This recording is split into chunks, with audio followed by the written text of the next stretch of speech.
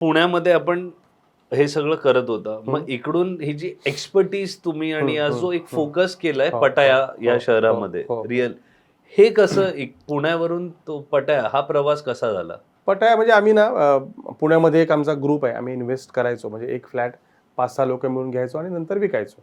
आणि आम्ही पहिल्यापासून रिच डॅड पुअर डॅडचे फॉलोवर आहोत. म्हणजे आम्ही रॉबर्ट कियोस्कींना भेटलेलो आहे. Facebookवर आमचा एक ग्रुप पण आहे त्यांचा फॉलोअरचा. सो आम्ही बऱ्यापैकी एक्सप्लोर करायचो की कुठं रिअल इस्टेट मार्केट छान असेल. सो आमचे काही मित्र एक्झिबिशनसाठी गेले होते बँकॉकला आणि ते म्हटलं की आपण इथलं रिअल इस्टेट मार्केट एक्सप्लोर करूया म्हणजे एक्झिबिशन झाल्यावर. आणि तिथं चेक केल्यानंतर आम्हाला असं जाणवलं की इथलं काहीतरी मार्केट वेगळंच आहे. म्हणजे रेसिडेन्शियल प्रॉपर्टीज या 5 स्टार हॉटेलसारख्या कशा असू शकतात. सो आम्ही सगळ्यांनी मिळून 3-4 लोकांनी मिळून एक फ्लॅट पहिला इन्व्हेस्ट केला आणि म्हटलं याचं कसं आउटपुट मिळते आपण बघू. सो तो फ्लॅट आम्हाला पोझिशन मिळाल्यावर आम्ही भारावून गेलो की अरे असा कसा फ्लॅट असू शकतो. म्हणजे 65 फ्लोअरची बिल्डिंग आणि तिथं स्विमिंग टँक आणि जे काही आम्ही पाहिलं ते आम्ही आमच्या मित्रांना सांगितलं. 65 मजल्याची बिल्डिंग आणि त्याच्यावर 64 वर वगैरे स्विमिंग टँक. ते काहीतरी वेगळंच होतं. प्रत्येक फ्लॅटला एक नाही बरोबर कॉमन अम्युनिटीज कॉमन अम्युनिटीज मध्ये पण 64व्या मजल्यावर स्विमिंग पूल आहे. हो. आणि हे बघितल्यानंतर आम्ही काही मित्रांना सांगितलं की आम्ही असं बुक केलाय फ्लॅट. पण तेही आमच्या बरोबर आले. त्यांनीही बघितलं, त्यांनाही आवडलं, त्यांनी घेतलं. मग आम्हाला असं वाटलं की आपण प्रोफेशनली करूया. म्हणून आम्ही तिथल्या बिल्डरला अप्रोच केलं आणि तिथून आम्ही प्रोफेशनली इथे काम करायला सुरुवात केली. काय किंमत होती ती फ्लॅटची आणि कुठल्या काळात घेतला तुम्ही? आम्ही साधारणतः कोविडच्या 1-2-3 वर्ष अगोदर घेतला असेल. अच्छा, म्हणजे कोविडचा फटका त्याच्यात नाही बसला. कारण त्यावेळेस बऱ्याच गोष्टी म्हणजे पटायाला फ्लॅट का लोक घेतात म्हणजे 3 कारण आहेत. पहिली गोष्ट तर तिकडे कॅपिटल ॲप्रिसिएशन खूप छान आहे. कारण ज्याही ठिकाणी टुरिझम मोठ्या प्रमाणावर येतं ना तिकडे रिअल इस्टेटच्या किमती वाढतात. म्हणजे आपण लोणावळा बघितलं इकडे जवळ, महाबळेश्वर बघितलं, आता लेटेस्ट एक्झाम्पल काशी आणि अयोध्या बघितलं तरी सुद्धा म्हणजे टुरिझम ते स्पिरिच्युअल असू दे किंवा हॉलिडे डेस्टिनेशन असू दे इथं रिअल इस्टेटच्या किमती वाढतात. सेम पटायामध्ये डिमांड खूप जास्त आहे, त्यामानानं सप्लाय कमी आहे. त्यामुळे किमती खूप छान वाढतात. त्यामुळे कॅपिटल ॲप्रिसिएशन मिळतं. हे सगळे टुरिस्ट सगळ्या जगभरातून येतात. त्यामुळे जो रेंट मिळतो ना तो खूप छान मिळतो. म्हणजे 6-7% रेंट आपल्याला ॲन्युअली मिळतो. आणि त्यामुळं सेकंड ॲप्रिसिएशन इज रेंट आणि third is currency appreciation is a game changer. की बात हे चलन आहे हे रुपीजच्या अगेन्स्ट ॲप्रिशिएट होतं. आम्ही सुरुवात केली त्यावेळेस 1.6 रुपीजचा एक बात होता. आज 3 रुपये क्रॉस करून पुढे गेलाय. म्हणजे तिकडेच डबल झालं.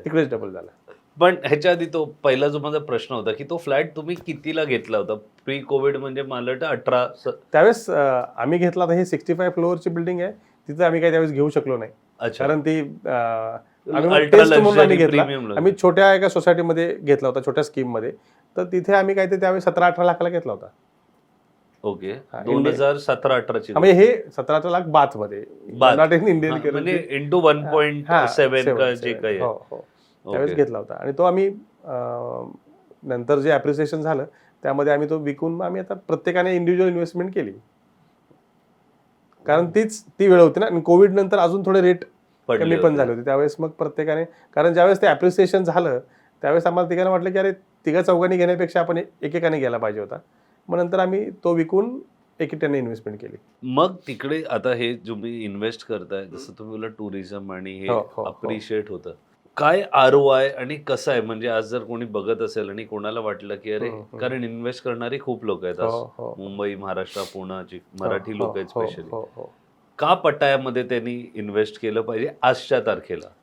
म्हणजे ॲसेटमध्ये इन्व्हेस्टमेंट करा असं रिच डॅड पुअर डॅडने सांगितलंय. सो तिथे फ्लॅट घेणं इज अन ॲसेट.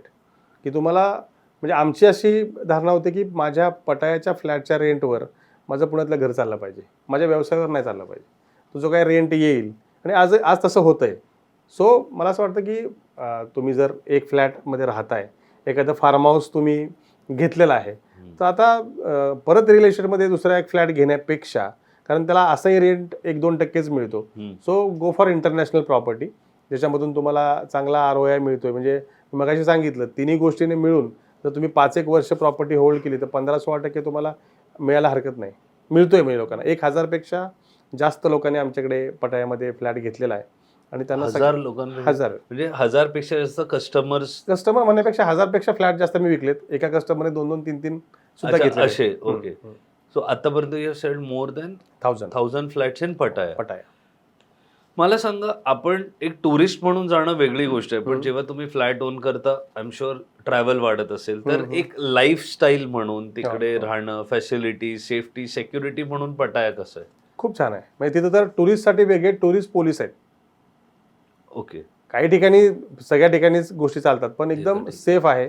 आणि आत्ता आमचे जे सगळे क्लायंट्स आहेत, असा कुठलाही इन्सिडन्स अजून आमच्या बाबतीत तरी घडलेला नाही की आपण म्हणू की अनसेफ आहे. कारण जर आपण व्यवस्थित आटोक्यात राहिलो तर सगळ्या गोष्टी आटोक्यात असतात. तुम्हीच जर काही गोष्टी केल्या चुकीच्या तर मग ते तुम्ही त्याला स्कॅम आणि काही नाव देऊ शकता. पण सगळं रेसिडेन्शियल प्रोजेक्ट आहेत, म्हणजे अगदी इतकं सिक्युअर आहे की तुमच्या फेस स्कॅनशिवाय दरवाजा उघडत नाही. त्यामुळं एकदम सेफ आहे.